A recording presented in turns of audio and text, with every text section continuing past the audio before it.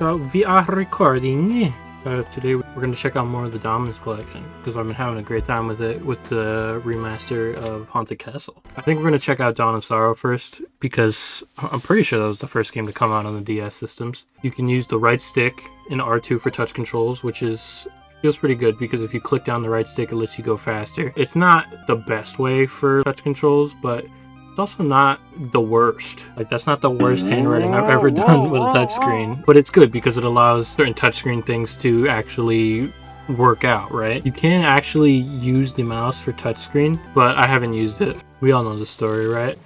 So one thing I noticed on this collection is the resolution for the games in-game is actually pretty high. Like these lightning effects and the soul effects looks pretty good.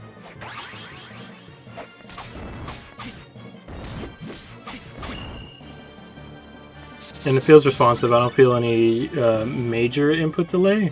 Then again, I don't really have a great grasp of what good or bad input delay is. But I mean, just to have these games on modern consoles is like such a blessing. Everything feels pretty close to original, and now the confirm button is on X, which is very much what I'm used to on controller. And now I can just menu so much quicker. And the fact that there's a display option for both screens at the same time, I'll show where you can do it. You have many different screen display options, as well as changing the background if you wanted to. We'll go with this one for now. But I like the ability to have multiple screens on at one time. It's one of those things that kind of annoyed me when I was playing the games, was switching back and forth when you needed it. But you kind of get used to it. I'm sure not many things are going to be changed, so this video is probably going to be cut around a ton. But I feel like for the other two games, touchscreen problems weren't a huge issue.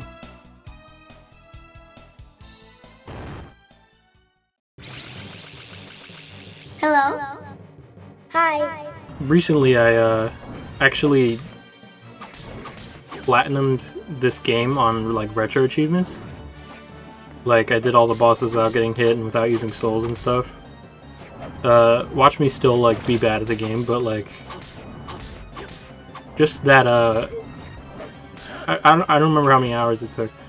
Oh, that's huge. Quick time, it gives you a quick time event. That's pretty sick. That's a lot easier, and it feels more like an actual mechanic more than just a gimmick. I wonder if I can still do this. Yeah, I'm crazy. I'm honestly I play this game a little bit too much. I wonder if anything else has been changed other than the basic stuff, right?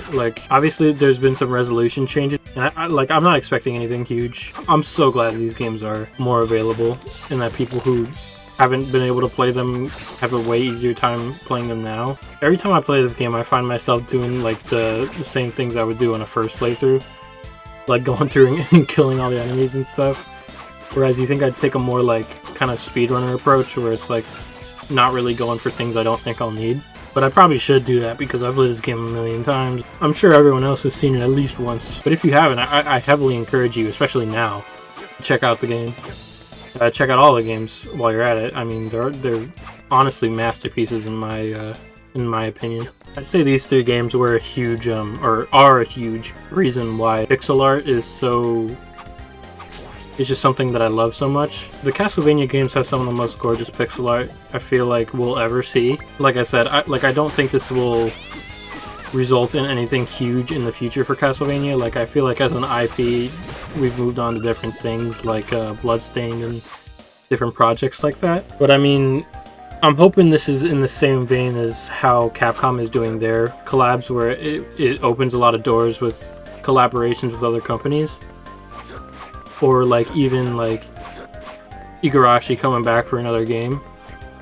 But there's also the perspective where it's we almost don't need more.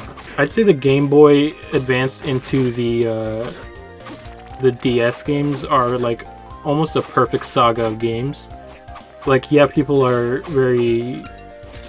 some people are pretty meh on the Game Boy Advance games, except for Aria of Sorrow. Everyone's pretty one note on Aria of Sorrow that they think it's pretty good. But some people just don't like Circle or Harmony, but I think they both have their they have their quirks, definitely. But you also have to remember that the technology was super limited for, you know, the time it was around.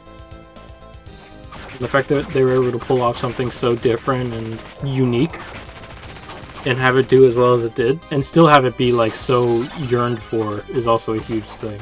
People are still so into these games and are wishing for more every chance they get. Like, I feel like this game is up there with, like, I haven't played a lot of Shin Megami Tensei, but I feel like it's, like, enemy weirdness and variety is up there with that. Like, I feel like this game's is side-scrolling exploration and combat, like, some of the best of any game.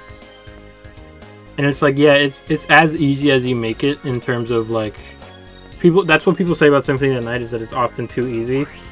But it's like, a lot of the fun comes from limiting yourself, and the whole point of it is to, like, get lucky with a certain item, not to, like, farm for certain things.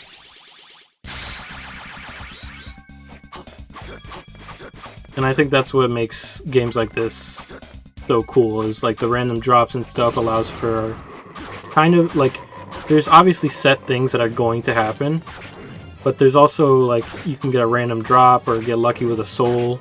Like, I wouldn't be using slime if I didn't get that drop just randomly.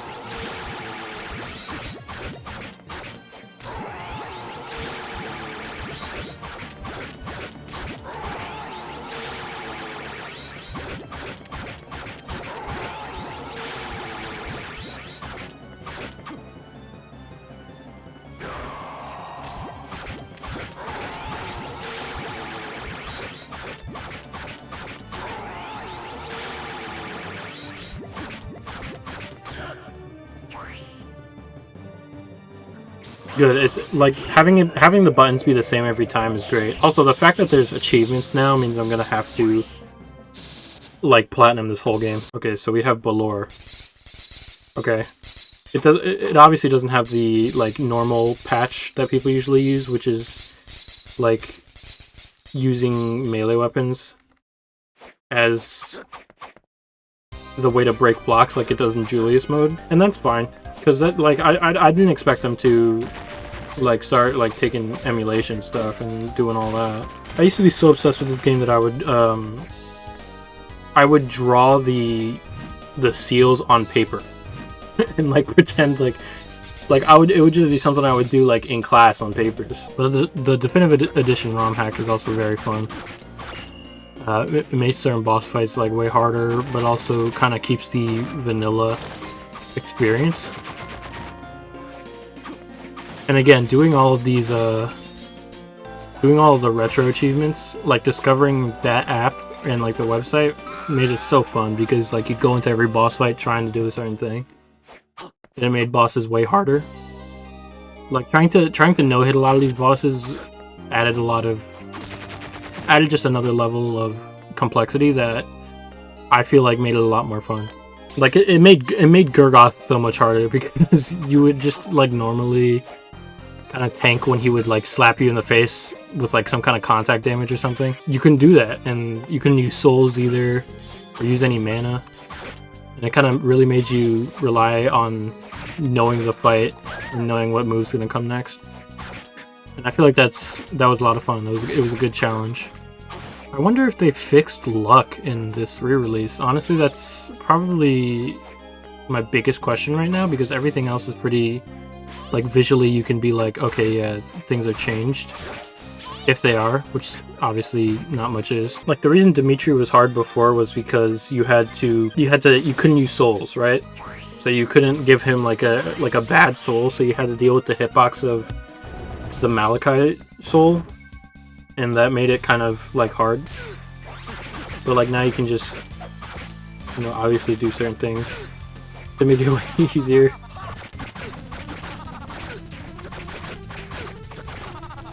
Like, you had to be way more cautious about when he was going to attack, because if he used the Malachi Soul from up close, you were just always going to get hit.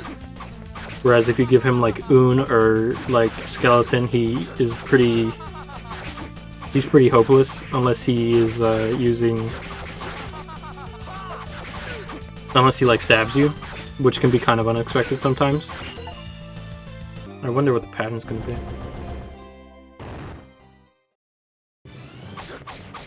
I honestly feel like if they wanted to make it more difficult, they would add like a recognition thing, like where you don't get as much time to look at the buttons beforehand, because I think as of like how it is, you can just look for any amount of time and kind of do the button presses in your head.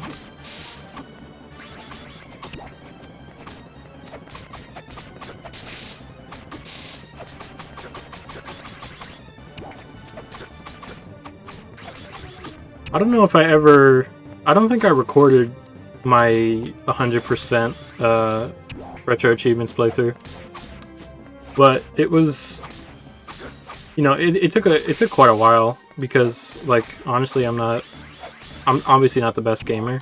Like there are always people who are just going to be more better at like obviously games if they play it longer.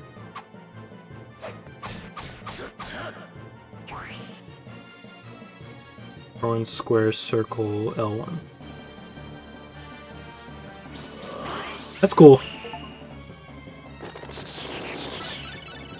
Now we get double jump. I'm glad they're using all the face buttons too, and not just like the front buttons. They're using the bumpers and stuff. Now we go and do what? Oh, we go to Daria. I forgot we get Power Belt here. There's like no reason to equip anything else. There's a part of my brain that always wants to fill out as many map tiles as I can. And if I want to get through this at a reasonable pace, I should try to throw that out of the window.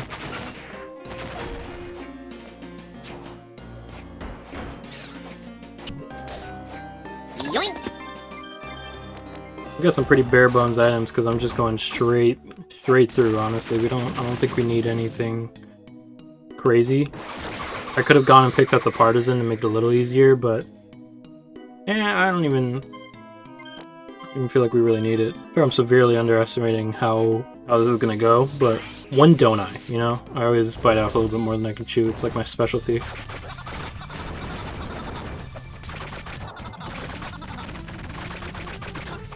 That used to just that's really what started getting me, was the greed of attacking and also watching out for that, because I feel like I would always get hit off hit stun or off end lag from weapon animations. You just have to play it safe if you want to no hit. Ouch. I almost feel like hard should be available from the start, because a lot of the people who are playing are like replaying. I understand not everybody is. A lot of people are picking it up for the first time, which again is just a blessing.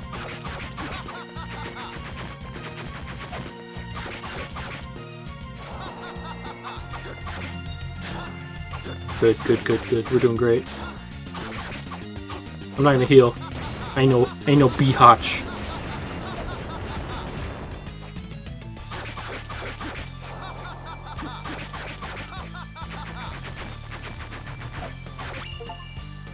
Yeah, there we go. I just did that to do that. I didn't need to do that. That guy was chilling with his barrel. I just ruined his day. I don't think there's anything... Good evening. Yeah, it's not anything super interesting. But for those of you who are new, here's something completely useless, but funny. You sit in that chair, you get a little collectible. Maybe some of you guys are going to go for an all items. Those will stump you. You know, everybody sings the praises of the Devil's Soul, but I'm just not good enough to not get hit. I meant to do that. That was a damage boost. Intentionally. There we go. That's a good one. I throw the cards go boom. I feel like the main thing that makes this game so fun is the ability to cancel a lot of the combat techniques. Like, you can cancel a lot of souls, you can cancel a lot of weapon end lag. Like, in my head, I never really... It feels like this game wasn't made for you to attack like this and then just stand there for like the second that he sheaths the sword again. Like, it feels like auto-canceling from jumps is always how it was meant to be. I forgot what Constitution does, and I'll never remember. I think it's like defense per other stuff. Oh man, here we go with this. Yeah, this is one of those things that just even a couple months ago would have taken me longer than it should. Okay, we got access to 9. I don't want to get access to... I don't want to get access to 12 here. So how do we do that? 3, 4... Put 3 up there. I don't remember which one's which, so you'll have to bear with me. Okay, that gets us access to a lot more. There we go. Pretty sure that's the only thing I want. Greatsword is just like a really good pickup, I think. I feel like I'm forgetting the, I don't know where the seal is here. If I were smart, I'd go to the save room upstairs. Okay, it's here. Getting into the bigger seals now. And I'm not gonna go practice the seals. There's an option to practice the seals in the menu, but if I mess up, let me just mess up, because it's been a while since I've really had trouble with this kind of stuff.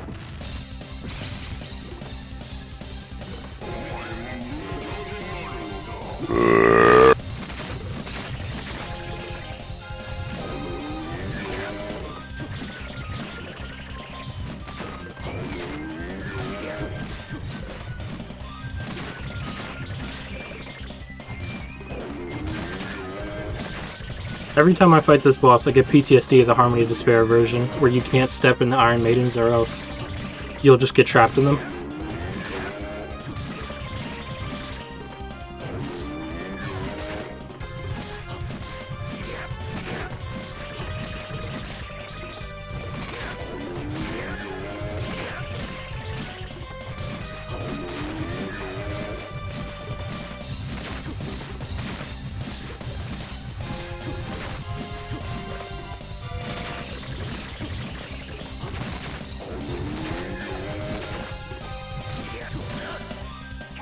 Alright, what's it like? Triangle, X, circle, square. I forgot how to do the seal.